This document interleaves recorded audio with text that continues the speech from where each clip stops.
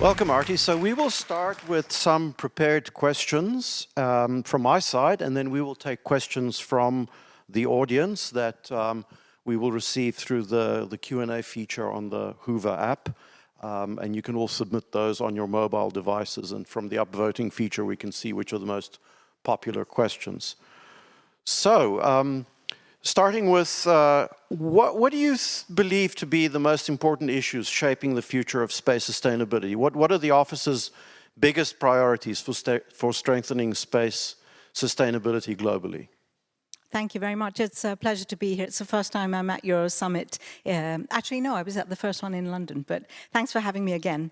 I think the most pressing challenges that we see right now are congestion and increasing collision risk. I think this is absolutely top priority for the committee as well, but also domination of the orbits and spectrum use by a handful of players. And equitable access to space as a result of that. I think these are the prime concerns. I also see from my own experience now in the office, the lack of implementation of the long-term sustainability guidelines as being a critical issue that we need to address along with the various best practices that exist. At the end of the day, it's national implementation which is going to lead to enforceability.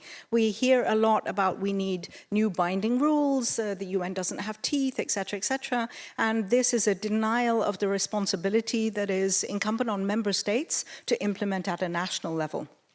In terms of the activities of the office and our own priorities, I think right now it's to inform and educate as many member states as possible on why they should care about space sustainability, making sure that they realize that this is not just for spacefaring nations and those which have satellite operators, but also maintaining momentum. We do see a significant momentum that has been generated now. We're trying to maintain that momentum and also accelerate progress through the committee. COPUOS, as you well know, Peter, can take some time. But that's because it's driven by consensus. And that is important because it goes to the critical issue of trust. So we really want to maintain momentum within the committee and accelerate its progress. We've been doing various activities to try to do that. The first is capacity building towards the COPUOS delegations themselves. We ran the UN Space Sustainability Days in January, as a result of which, if I fast forward from a few different activities that we did, we saw the emergence of an expert group on space situational awareness, arguably the fastest decision that COPUOS has ever taken. But we're taking these capacity building activities out to the regions now as well. We will be doing one in ASEAN, and also we're discussing with the African Space Agency about such an activity for Africa. What we mean by this is informing member states that what they're discussing is not academic and not political.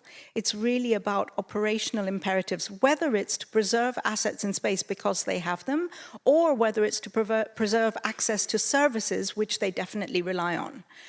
So either way, it's an operational imperative, an operational motivation for engaging and for implementing guidelines and so on. We also believe that space law, international space law and the treaties really are the cornerstone and the fundament of space sustainability. Right now we have 65 countries who are in a line waiting for our technical advisory services to help them put space law and policy into place. We want to make sure that they understand the notions of responsibility, liability, authorization, supervision, and also registration of their objects. We meet so many member states who maybe once had a satellite, but meanwhile it's decayed, therefore they think they don't need to register it, but they don't realize, well, it's still in space, it's still contributing to risk, and therefore everything needs to be registered. We're pursuing a massive push to update the register of all objects launched. When I joined the office 2 years ago, we were at 88% of all objects launched had been registered. Since January this year, Actually, that's a lie. Since June this year, we've been really pushing hard, and now it's up to 92.5% of objects registered, and I hope that it will get closer and closer to 100 as we move forward. And we're also trying to support the newly formed expert group on space situational awareness, as well as the action team on lunar activities, because it's not just space traffic coordination, it's also about lunar traffic coordination. And by this, I mean convening the user community, be it satellite operators or actors who are preparing lunar missions. The last priority, I would say, I mean, there's never a last priority, but airspace integration with ICAO. This is something that we're working on. We hope that by convening the different civil aviation authorities, the space people within them, we might be able to move towards a common protocol for calculating launch hazard zones, which there isn't today. You asked about activities that I think are not being covered yet, but which should be. I really think we need to see guidelines such as those which Japan has adopted for a license for on-orbit servicing. I really think we need to see those kind of guidelines be adopted at the global level. COPUOS has done it before with the IADC guidelines and producing the space debris mitigation guidelines, so they could arguably do it again.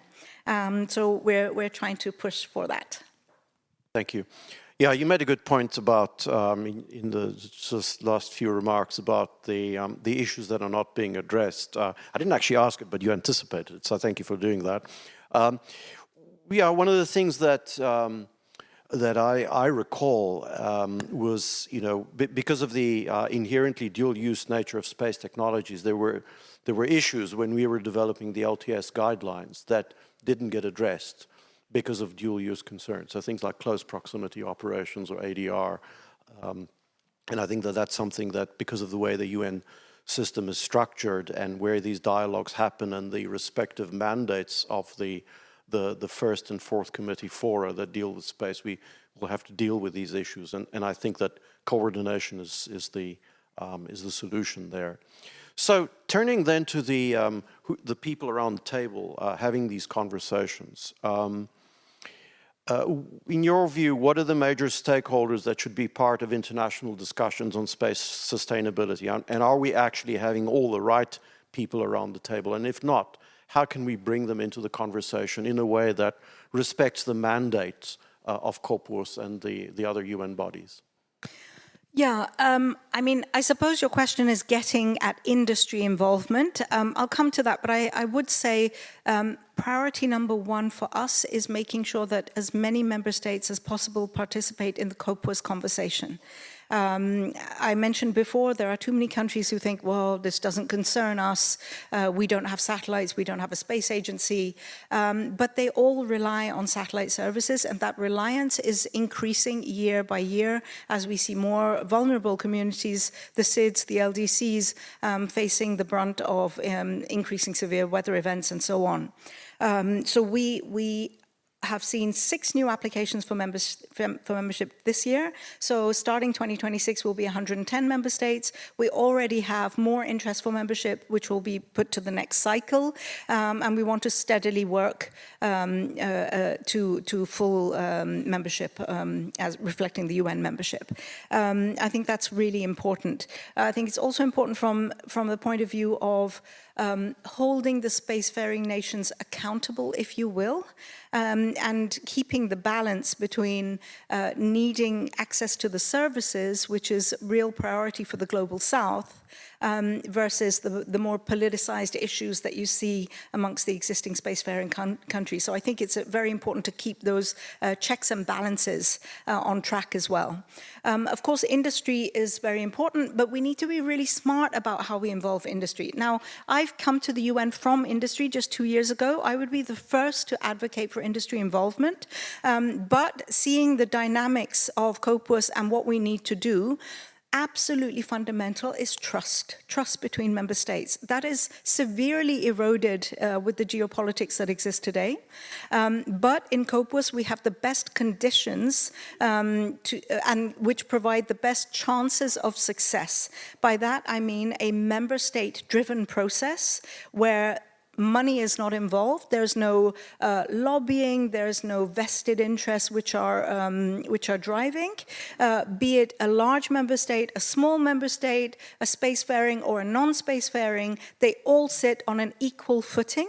And decisions are taken not by voting, but by consensus. So I really think we have the best conditions precedent to give the greatest chances of success. And that doesn't mean that industry needs to be excluded. On the contrary, we see so many new issues coming to member states now.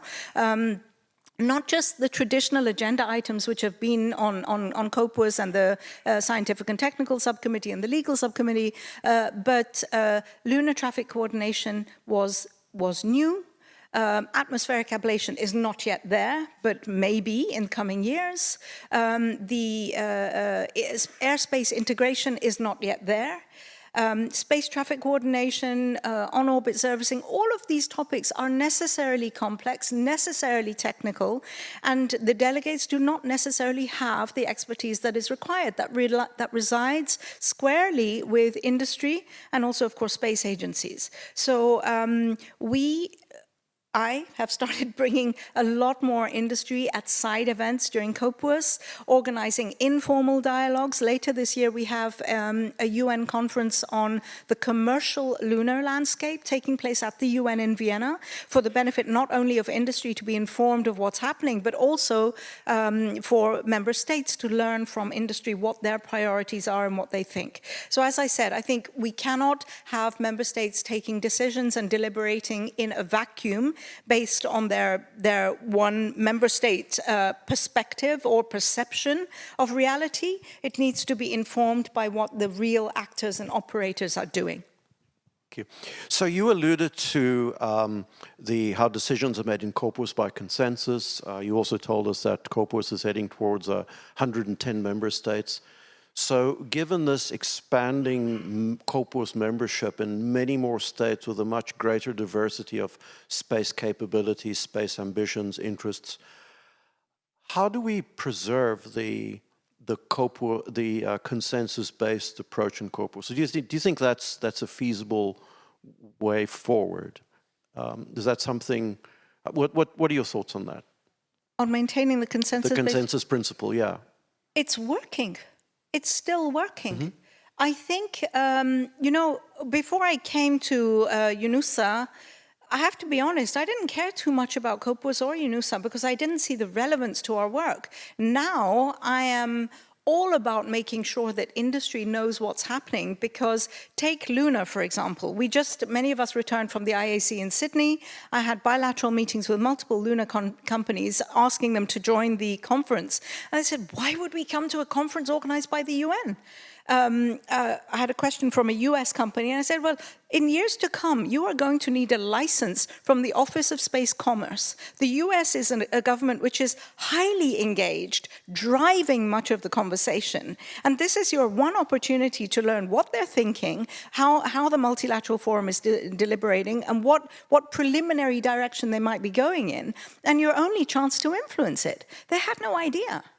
So I think, we are still on track in terms of consensus building, delivering results. When it stops delivering results, then we can ask that question. Yeah. But right now, we're on track. Good. Well, and of course, we've those of us in the room who've participated in COPUOS, we have witnessed this spirit of consensus, or the Vienna spirit, as it's called. And it can really be a very powerful thing. I think right now in the complex geopolitical environment that we're all in, it's a bit challenging, but definitely something that should be cherished and preserved if possible. So I want to go back to something that you mentioned earlier on. You twice before you mentioned briefly this new expert group on SSA. And so for those in the audience who may not be too familiar with this, can you just tell us what drove the creation of this expert group, how the member states have generally responded to this initiative, and what you think or hope the outcomes of this process will be? Yes, sure. So the topic of space traffic management had been an agenda item on the legal subcommittee for, I think, the last 10 years. not too much has actually happened on it. And when I was new, I remember speaking with multiple space lawyers who participate in COPUOS and who I have a lot of respect for, and even young space lawyers who were firmly of the belief that COPUOS needed to come up with rules on which satellites should move in case of a conjunction alert. And for me, this was the most frightening statement that could ever be expressed. And this was from young, very competent lawyers. And I thought, wow, we really need to help member states and these lawyers understand the fundamental difference between space traffic management and space traffic coordination.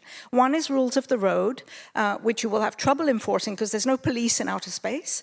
And one is the ability to communicate and foster greater coordination, operational coordination between different actors in space.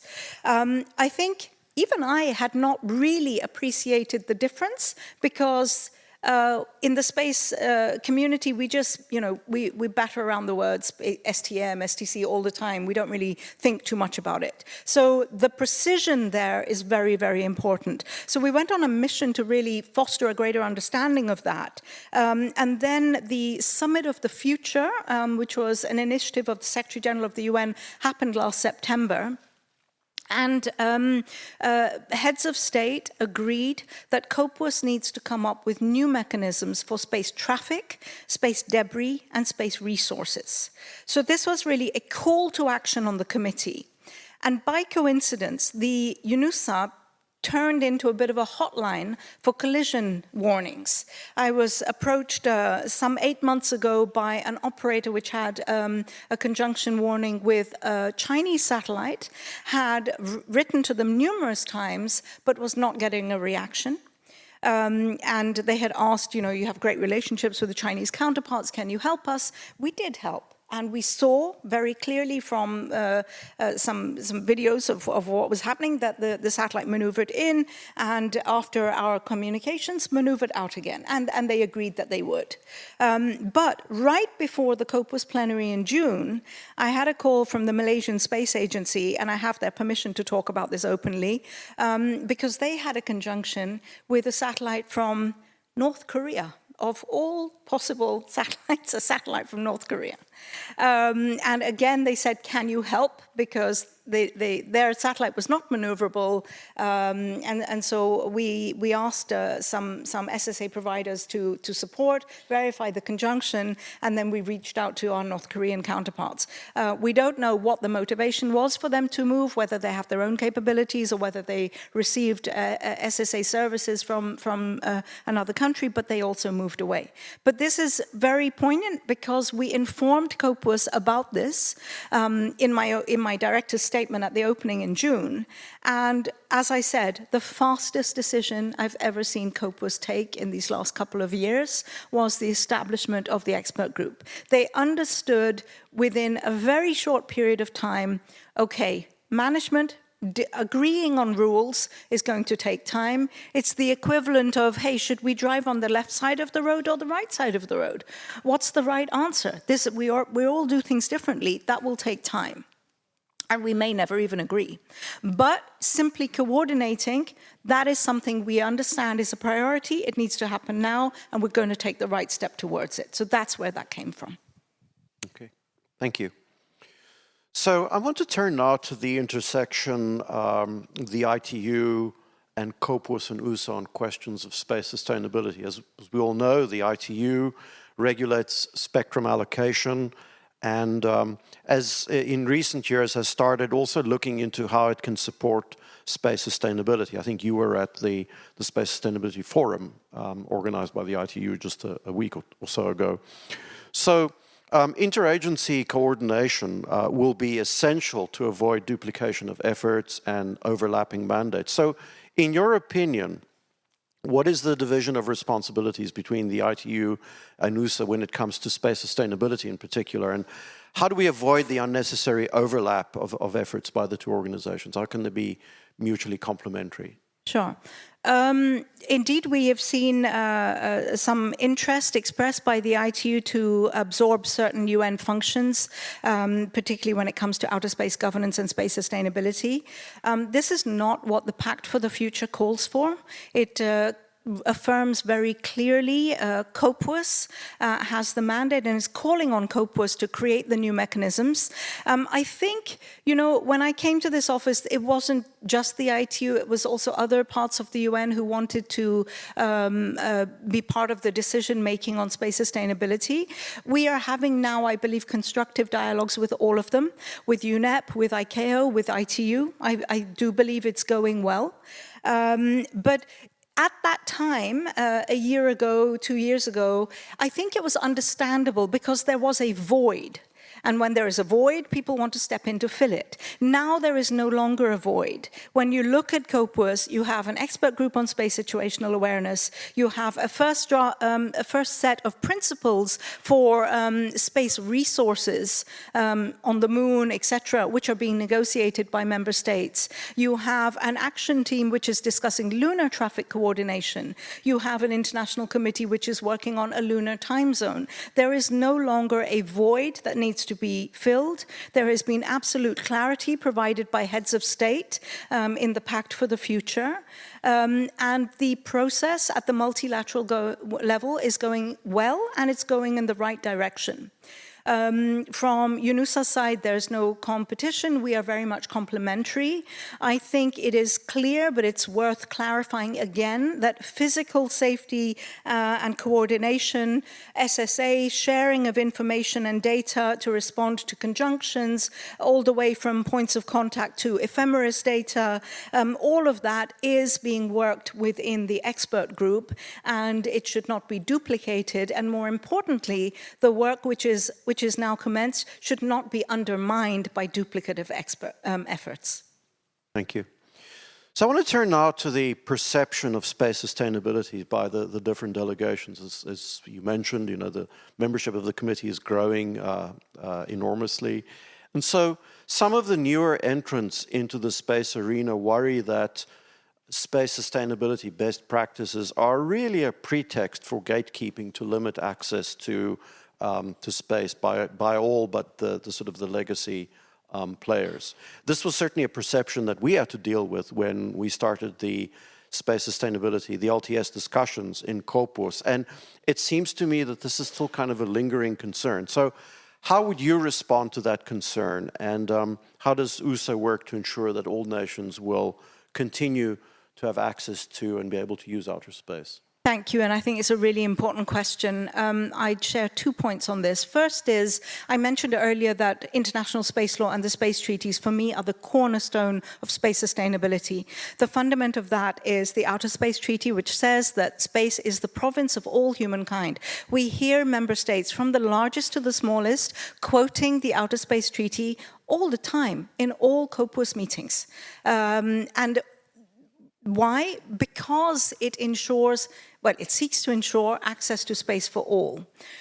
So I think that space sustainability is absolutely not about exclusion. It is about making sure that everybody can continue to access space.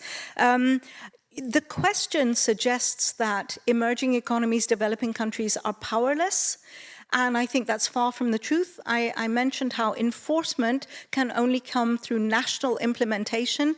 Everybody can implement a national framework for space, be it a space law, a policy, registration, regulation, all of these things. UNOOSA is there to help member states do that. What we want to avoid is that emerging countries who do not maybe have a regulatory framework in place are not exploited by way of the fact that they don't have a framework, because we know that when there are no rules, that means anything goes, and we don't want that. But what is striking me as I go around the world and speak with so many countries, be it in Africa, even the Pacific Islands, is when these countries say, we want access to space, they start saying, we need access to Starlink, and that worries me.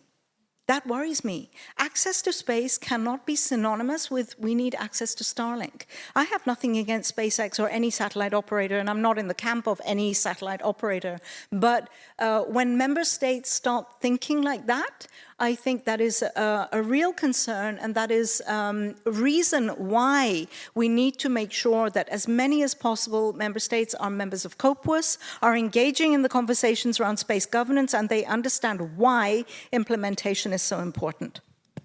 Absolutely, and I think that's one of the roles that both the office and the permanent observers at COPUOS can help these new member states get up to speed with engagement in COPUOS. And so, just to put in a plug for Secure World here, one of the products that we produce to support effective engagement in COPUOS is our COPUOS briefing book, which is available in all the official languages of the UN. And really, its purpose is to support delegations that are new to COPUOS to get up to speed with the issues and how the forum works.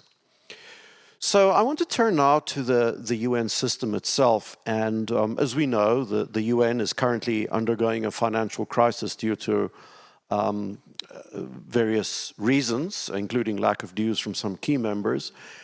How is that affecting USA's work in general and its ability to address space sustainability in particular? I actually like this question because anybody who knows me knows that I work particularly well under pressure. I ran a global trade association, well, the world's leading trade association for satellite operators for 19 years with only 2 people running it. And we defended the C-band and we ensured satellite integration into 3GPP for NTN and so on. So we're very used to punching above our weight. And I have to say that in coming to UNOOSA and seeing what COPUOS is doing now, it is punching above its weight. Things were already bad when I joined.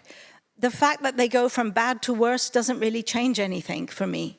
It's about what you do and how you do it. We are not an office, and COPUOS is not a show and tell committee. We're not going to do big events and conferences for the sake of it. Whatever we do will be because we have a specific objective, be it capacity building for delegates or enabling access to certain knowledge for others in mind. So, I mean, I gave various examples, the expert group, the action team, the principles on space resources.